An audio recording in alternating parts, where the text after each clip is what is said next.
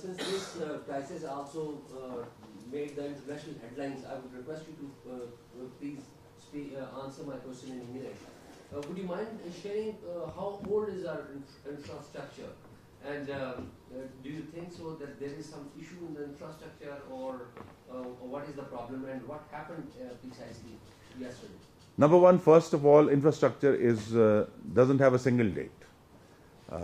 Like all countries, infrastructure is created at different periods according to different specifications at different times.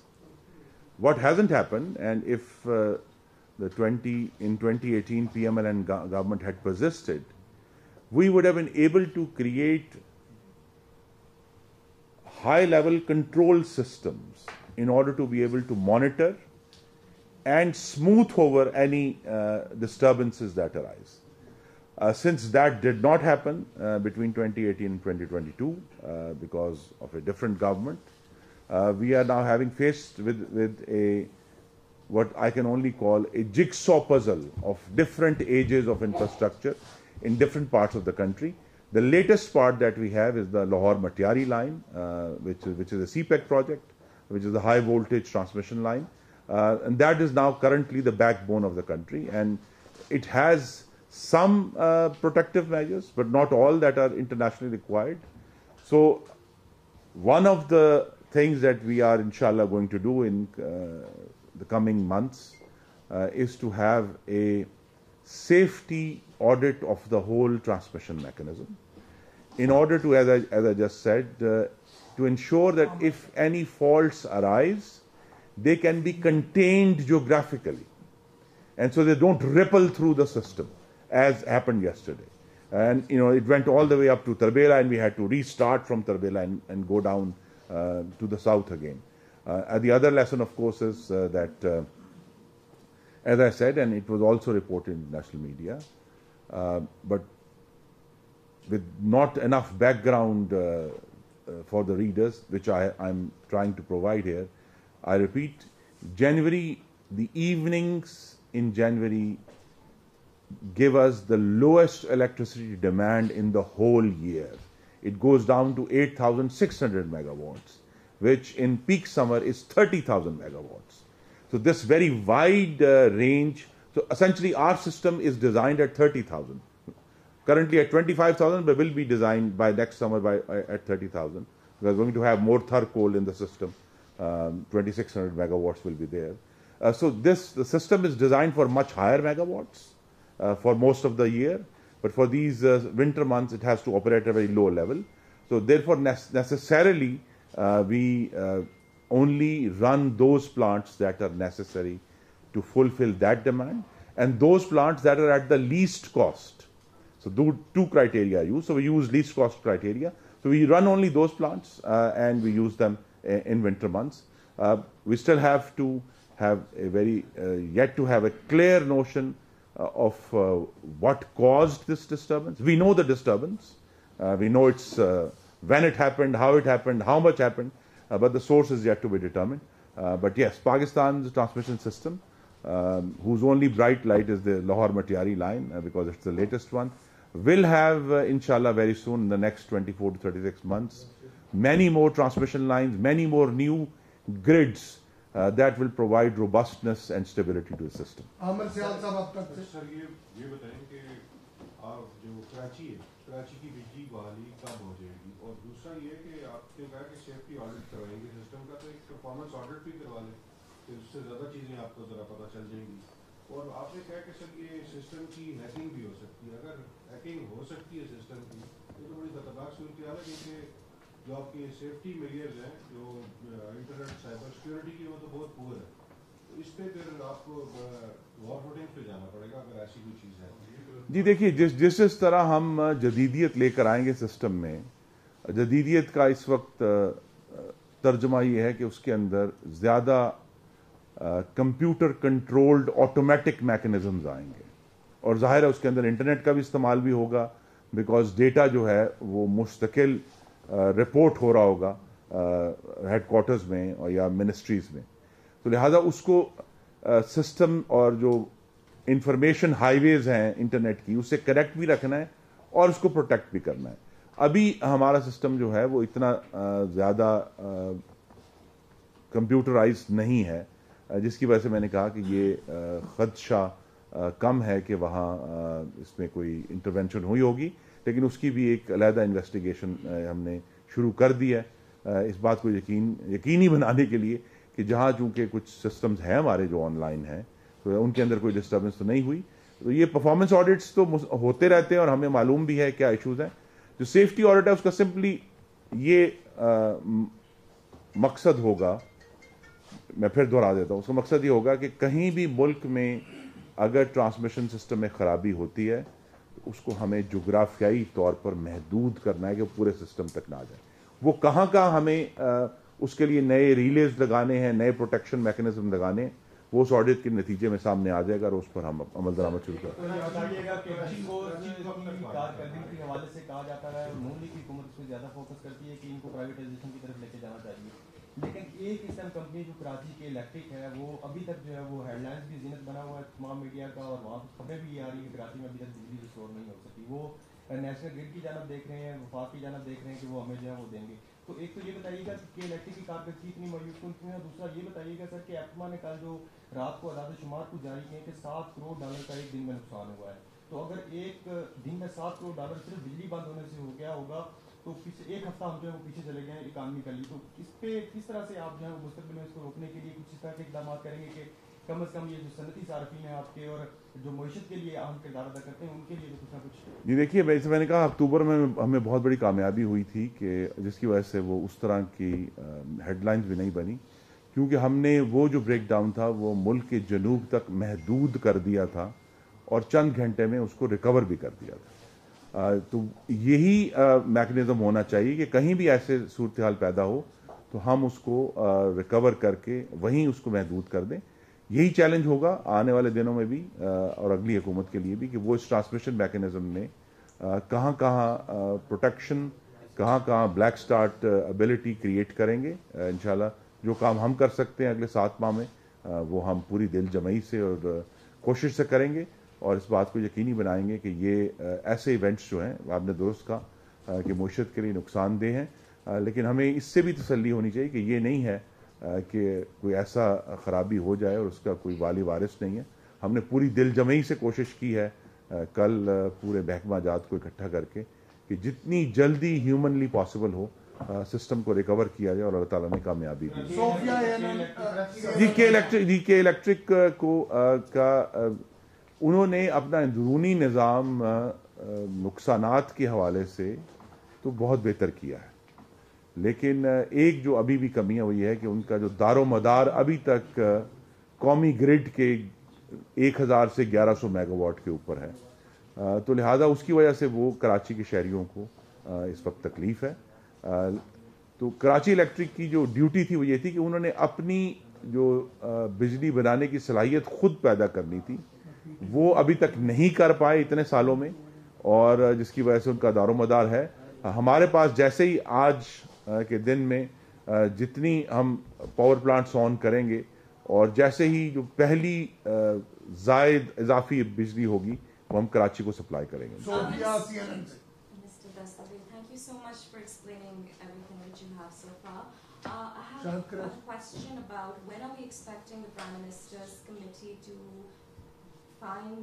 release their findings after the investigation into what has happened, and can you confidently say that in the coming year that we will not be seeing this kind of breakdown again on Pakistan's national grid? Are you confident the that Prime something Minister's like this will not committee happen? is supposed to submit its first report within 7 days, so we will have very soon.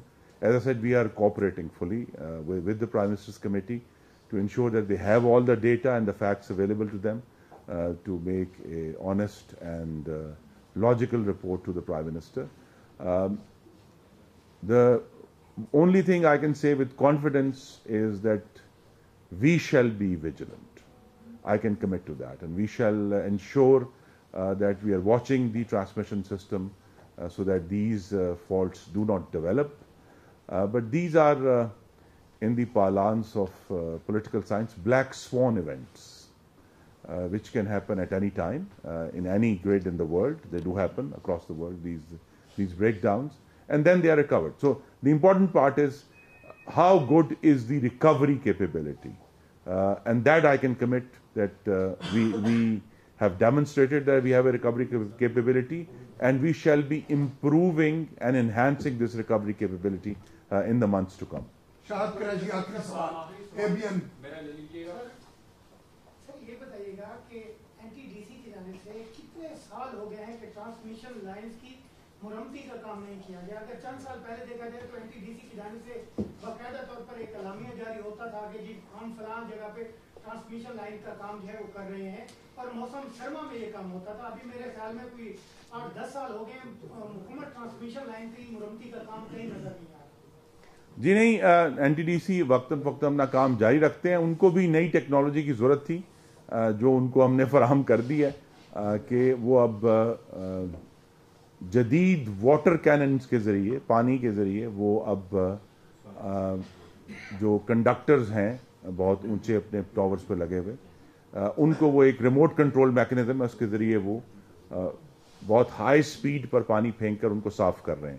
اس سے وقت بھی بچ رہا ہے, اور انشاءاللہ جب پورے ملک میں یہ جو واٹر کلیننگ میکنزم ہے یہ رائج ہو جائے گا تو آپ دیکھیں گے کہ جو ٹرانسمیشن لائنز کی جو مینٹیننس ہے, جو کہ ایک بڑا مشکل کام ہے, میں اپنے ان تمام بھائیوں کو سراہنا چاہتا ہوں جو ان اونچے ٹاورز پر چڑھ کر ریپیئر کا کام کرتے ہیں. وہ خیبر پختونخوا میں بھی کرتے ہیں, وہ سندھ میں بھی کرتے ہیں, وہ بلوچستان کی پہاڑیوں میں بھی کرتے ہیں, وہ پنجاب میں بھی کرتے ہیں. تو یہ بڑے بہادر لوگ ہیں جو اپنا کام کر رہے ہیں, اور انشاءاللہ وہ اپنا کام جو ہے ان کو ٹیکنالوجی ہم فراہم کریں گے تاکہ وہ اپنا کام مستعدی اور تیزی سے کر سکیں. بہت شکریہ.